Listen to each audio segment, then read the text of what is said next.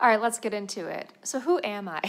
For the last 9 years, I have been healing from my experience growing up with a mother who has a substance use disorder.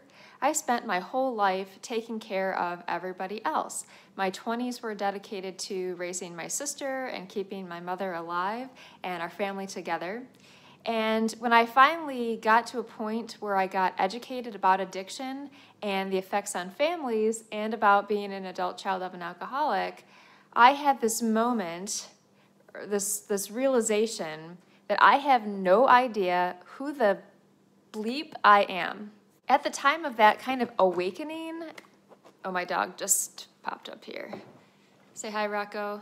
Rocco, Rocco, say hi. So at that time, I was having this awakening. My sister was getting a little older and more self-sufficient, and I started really thinking about where my life would be in a few years once she was a grown-up. And I totally had an identity crisis. And I distinctly remember telling someone about that, and they laughed so hard. They said, "Oh, what is it, like a quarter-life crisis or something?" And I said, "Yes, that's exactly it. I have no idea who I am." And there's nothing funny about that. It was a terrifying feeling. I had spent my whole life taking care of other people. I had been just working nonstop and holding together our family, and that was it. I had no idea who I was beyond the role of sister/mother, daughter/mother, and marketing manager. Those were my defined roles, and I could not see who I was beyond that. And that was a horribly terrifying feeling. And I thought, there's no way I can go the rest of my life feeling like this. And at the time, as I was just learning about all of this, I really felt like I was the only person in the world feeling like this. I mean, especially when I talked about it and people laughed about a quarter-life crisis. But since then, I recognized that this is an extremely common feeling. There are children of alcoholics, there are spouses, partners of people with substance use disorders or other addictions, parents of children, basically everyone who has had an unhealthy relationship with someone else or lived in an unhealthy environment have experienced this at some point. It's kind of like standing by a fire for years, never being able to breathe or see clearly because there's smoke all around you, and then suddenly the smoke clears and you can see and breathe clearly, and it's kind of like, who am I now? Because you've always been so focused on that position there standing by the fire. So that's another one of my analogies. But so for me at that time, the smoke was clearing, my brain was clearing, and I had no idea who the heck I was. So through all of that education and experience that I've had over the last several years, there are a few really important things that I learned are critical for discovering who you are.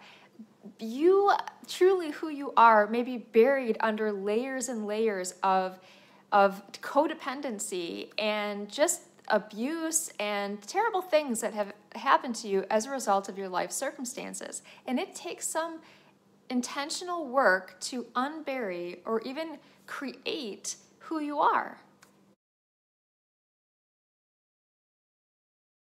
Okay, so the first one is connecting with little kid you, which I can tell you when I first started reading about addiction and the effects on families, I read about this inner child stuff. And there's a ton of stuff in books, clinical books, and on the internet about it. And I thought that was just a bunch of malarkey. That is some very real and powerful stuff. So I started thinking about little kid me, like 6-year-old, 7-year-old, 8-year-old Jody Lamb, and the kinds of things that I detailed in my diaries and how I spent my time. And I thought little kid me would really be disappointed in how grown-up me was living, how grown-up felt. And so at that time, I enrolled in a creative writing class at the local community college because when I was a little girl, I absolutely loved creative writing. It was kind of my escape from the world that I couldn't control, and I just got so much joy from it. So in that desperation point, when I was so low, when I was 26, I enrolled in this course, I started writing, and it gave me so much joy. It was actually really cathartic because I wrote about my experiences, and it just gave me a sense of serenity that I hadn't had probably ever. Around that time, I also started running and walking and spending time outdoors, away from my mother and kind of the chaos that was around me. And I, slowly started to think and see everything more clearly. Little kid me had really detailed plans about what life would be like. I would write, I would start a good cause organization to help people or animals. I would do something new every day, even if I had the flu. So I thought, all right, this little kid, this girl, deserves this life that she dreamed of. And I started actually thinking about taking good care of that kid. Like, I didn't view it as me. It was just some kid who had to grow up way too early and wanting to do right for her. So that stuff is not malarkey. That is some real stuff. 2, surround yourself with really positive people who inspire you. So when I began writing and spending time outside and listening to podcasts and reading blogs, I was so inspired and encouraged by these people who made me recognize that my dreams were, in fact, realistic. I began seeing that who I wanted to be, who I was possible. They encouraged me, they inspired me, and I didn't have anyone in my immediate circle who could fill that role for me.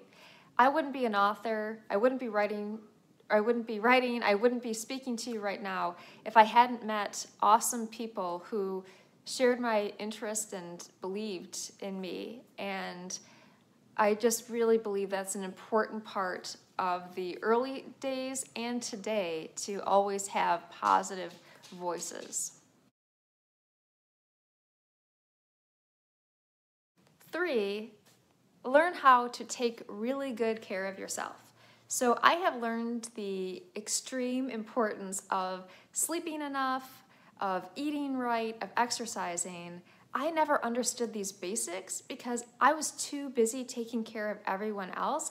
And hey, I was tough and I didn't need to get enough sleep, or I could skip lunch, or I could eat, just garbage grease all the time because I was just tough like that and I could make it. And I have learned how important it is for me to take care of those basics so that I can think clearly. I also learned the importance of emotional self-care, learning to set boundaries with people who have always just needed you, and working on those codependency issues and saying no even when it feels wrong. So when you're doing all these good things in order to take good care of yourself, you have time and you can think more clearly to make the right, healthy decisions, to be true to who you really are, and to create this life that you want and deserve. And the more and more time that I spend taking good care of myself and learning and growing, living differently than how most people live, I am discovering more and more about who I am and what my contributions are to this world, and creating this life that I really deserve, that little kid me deserves and wanted, and grown-up me truly deserves and wants. I hope you are so well in your journey today, and that you take the right steps to create the life that you want and deserve. Another important thing that I have learned on this journey is that it's never too late to get started in creating the life that you want and deserve and discovering who you are. I have met so many people in their 40s, 50s, 60s, of all age groups, who through all of the changes in the world and the internet are recognizing that they are adult children of alcoholics, or that they were trapped in codependency from a spouse or someone else, and they've lost who they are, or they never understood truly who they are, and they're taking the steps to define that and create the life that they want and deserve. I hope that you do that for yourself. Hi, for those who are just popping in, I'm Jody. I'm an adult child of an alcoholic. I am on a journey to create an awesome grown-up life.